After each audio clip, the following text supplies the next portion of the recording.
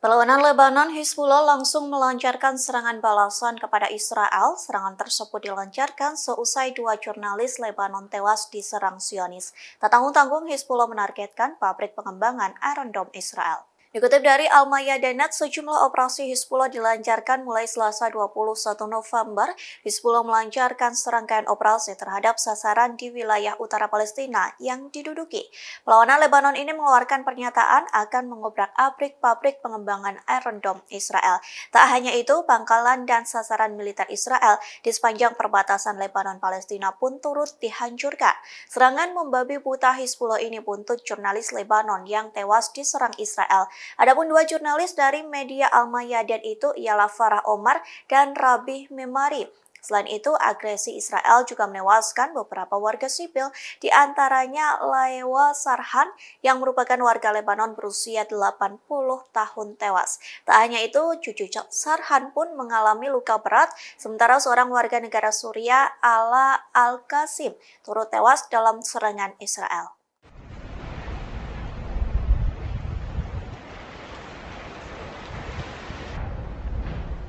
Brigade Al-Qassam kembali terlibat bentrok dengan tentara Israel. Adapun bentrok tersebut terjadi di daerah militer Juh Al-Dik dan timur Camp Bureij. Dalam bentrok tersebut, tentara Israel kurang cerdik sehingga menjadi sasaran empuk dari Brigade Al-Qassam. Inilah detik-detik sayap militan Palestina bentrok langsung dengan tentara Israel.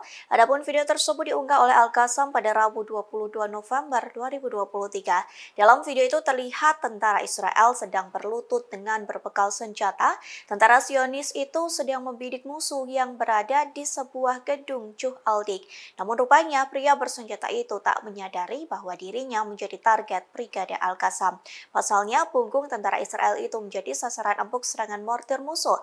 Tak lama kemudian, Brigade Al-Qassam langsung melemparkan mortir ke arah tentara Israel. Serangan tersebut mengakibatkan ledakan dahsyat hingga kepulan asap pekat. Beruntungnya, tentara Israel itu berhasil menyelamatkan diri dan tidak jadi menyerang Brigade Al-Qassam.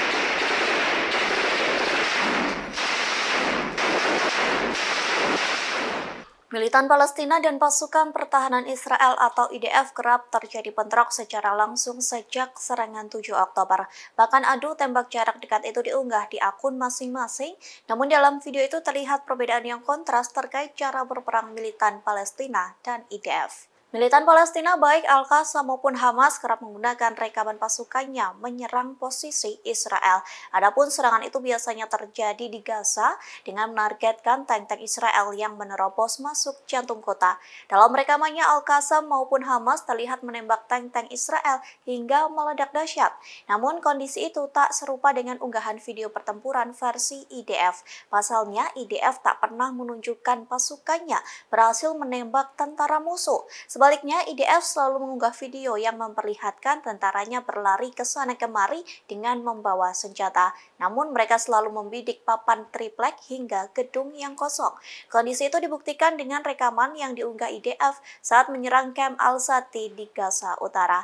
Tentara Israel terlihat mencari musuh di sebuah sekolah yang sudah porak-poranda. Dalam video itu tak diperlihatkan tentara Israel menembak musuh, sebaliknya hanya menembak meja hingga papan.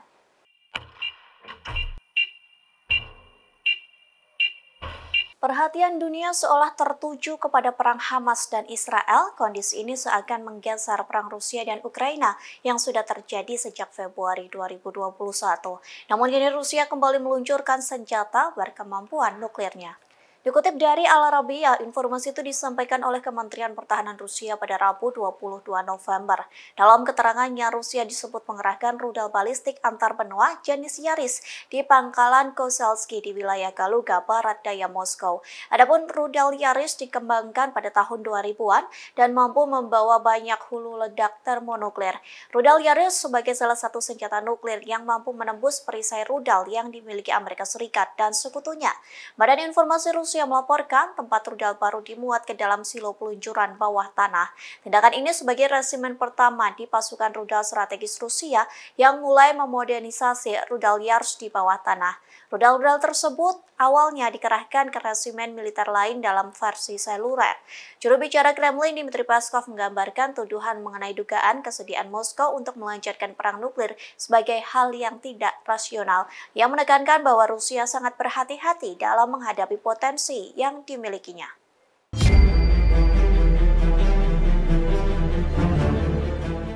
Konvoi pendudukan Amerika Serikat menjadi sasaran serangan dari perlawanan Islam Irak. Adapun serangan itu terjadi di bendungan Mosul, tepatnya di desa Al-Muhaiwir. Inilah detik-detik Irak menargetkan konvoi mobil pendudukan Amerika Serikat.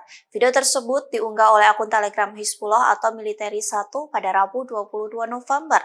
Dalam video itu terlihat sejumlah mobil putih melakukan konvoi. Mobil tersebut membawa sejumlah barang yang ditaruh di bagian atasnya.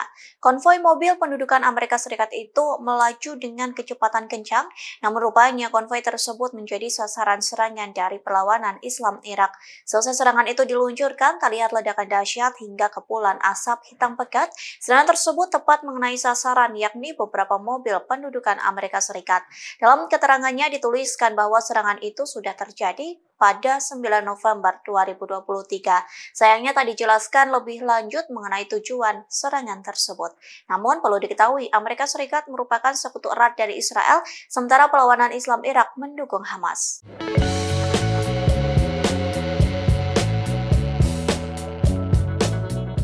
Akhirnya Israel dan Hamas sepakat gencatan senjata sementara yang berlangsung selama 4 hari. Selama gencatan senjata itu, Israel dan Hamas memiliki kesepakatan, salah satunya terkait pertukaran sandera. Meski gencatan senjata berlangsung, Hamas mengaku akan bersiap mengambil tindakan jika terjadi sesuatu. Dikutip dari tribunnews.com, hal tersebut disampaikan Hamas dalam pernyataan yang dirilisnya.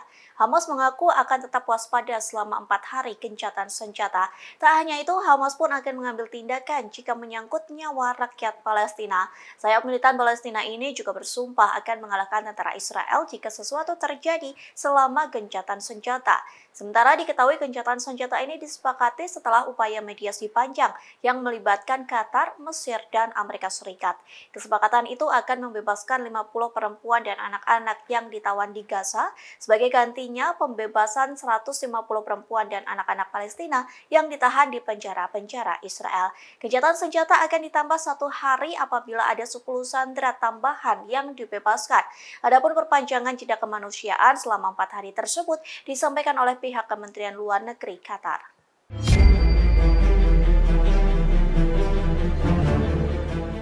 Pemimpin Hizbullah Sayyid Hasan Nasrullah dan Wakil Ketua Hamas Osama Hamdan melakukan pertemuan.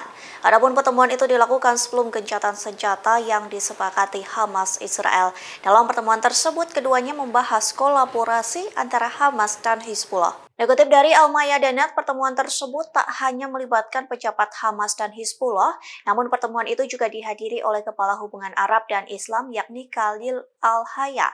Dalam keterangannya, pertemuan itu meninjau peristiwa terkini yang terjadi sejak 7 Oktober.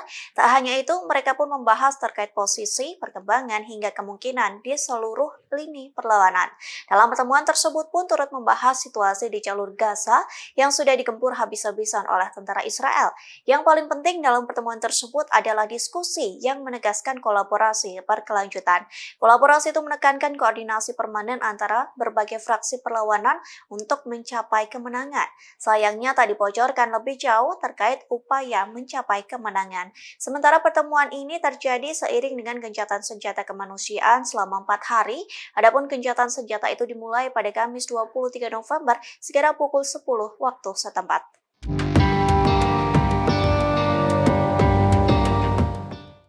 Mantan intelijen Amerika Serikat Scott Reiter menganggap bahwa Hamas menang besar atas Israel, bahkan keberhasilan Hamas disamakan dengan serangan 10 September 2001 yang melanda Amerika Serikat. Dikutip dari Palestine Chronicle, penilaian Reiter memberikan tamparan keras untuk Perdana Menteri Benjamin Netanyahu. Tak hanya itu, tamparan tersebut juga tertuju ke pasukan pertahanan Israel atau IDF. Penilaian objektif Reiter menolak bahwa serangan Hamas menjadi tindakan terorisme besar-besaran. Sebaliknya, Reiter menganggap serangan Hamas pada 7 Oktober merupakan serangan militer. Pasalnya, selama ini Israel menggolongkan serangan yang dilakukan Hamas merupakan tindakan terorisme. Bahkan, Reiter menyebut pernyataan Israel terbukti salah dan menyesatkan. Adapun Reiter menyebut Hamas telah mencapai kemenangan besar atas tentara Israel. Pendapat itu dengan alasan bahwa elemen dasar dari kemenangan ini sudah ditetapkan dengan baik.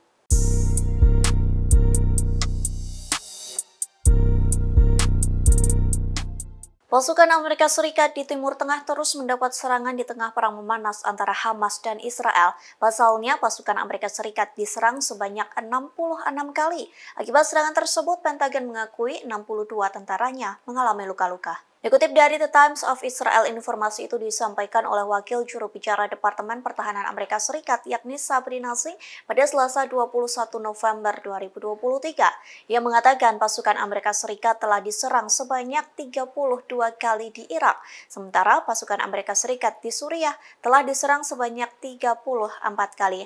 Adapun serangan sebanyak 66 kali itu terjadi sejak 17 Oktober 2023 silam. Akibat serangan tersebut, Singh mengatakan 62 tentara Amerika Serikat mengalami luka-luka. Lalu Singh juga mengaku bahwa Iran menyerang pangkalan Amerika Serikat di Ain al-Asad di Al-Anbar pada Selasa 21 November pagi. Singh menyebut Iran menggunakan rudal balistik jarak pendek, sementara polisi Al-Anbar mengatakan bahwa serangan itu terjadi sekira pukul 5 pagi. Akibat serangan itu menyebabkan kerusakan parah pada sebuah kendaraan. Download Tribun X sekarang, menghadirkan lokal menjadi Indonesia.